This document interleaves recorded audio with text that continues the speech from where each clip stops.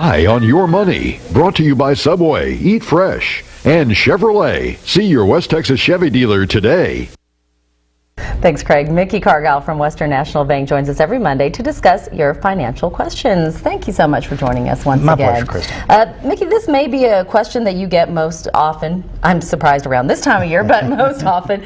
Where can I invest some extra money? Yeah, and it's, the reason we want to talk about this is we do get the question this time of year. It's just a week till Christmas, right. But then it's another week until we start doing our New Year's resolutions. Right. And if you have a little bit of extra cash, sometimes you wonder how you can best invest that. So it's a good time to just kind of review the basics and what you have to do first to be a good financial steward of your money. Okay. The very first thing you want to do is get your credit card debt paid off. And the reason that's so important is because the average credit card charges 14% interest. Ooh. So if you have some cash sitting in a savings account that's earning near zero, then you have a guaranteed 14% return if you pay off that credit card. All right, good point. Now that's an extra $140 for every $1,000 of debt you have. That's $140 a year. So if you have $10,000 of debt, that's $1,400. So it's very important to get that paid off first. That increases your cash flow and lets you save more in the long run.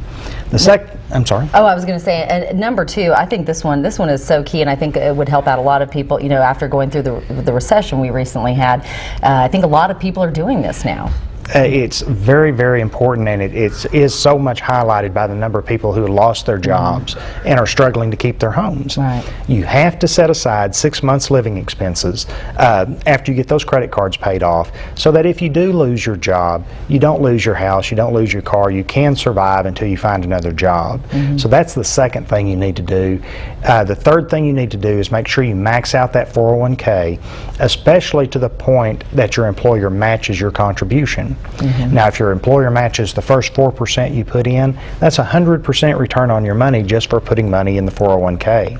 Also, it's hard to get that money back out. Right. So that encourages you to leave it there for retirement, pay those doctor bills when you get older. All right, sounds good. Thank you so much. Good luck. If you have that extra cash, listen to Mickey. He knows what he's talking about. All right, thank you. We'll see you next time. Well, it's looking a lot like Christmas in Taiwan, but one tree may have you doing a double take. What it's made out of has earned it a spot in News of the Strange. But first, here's Brian Wilkerson with sports.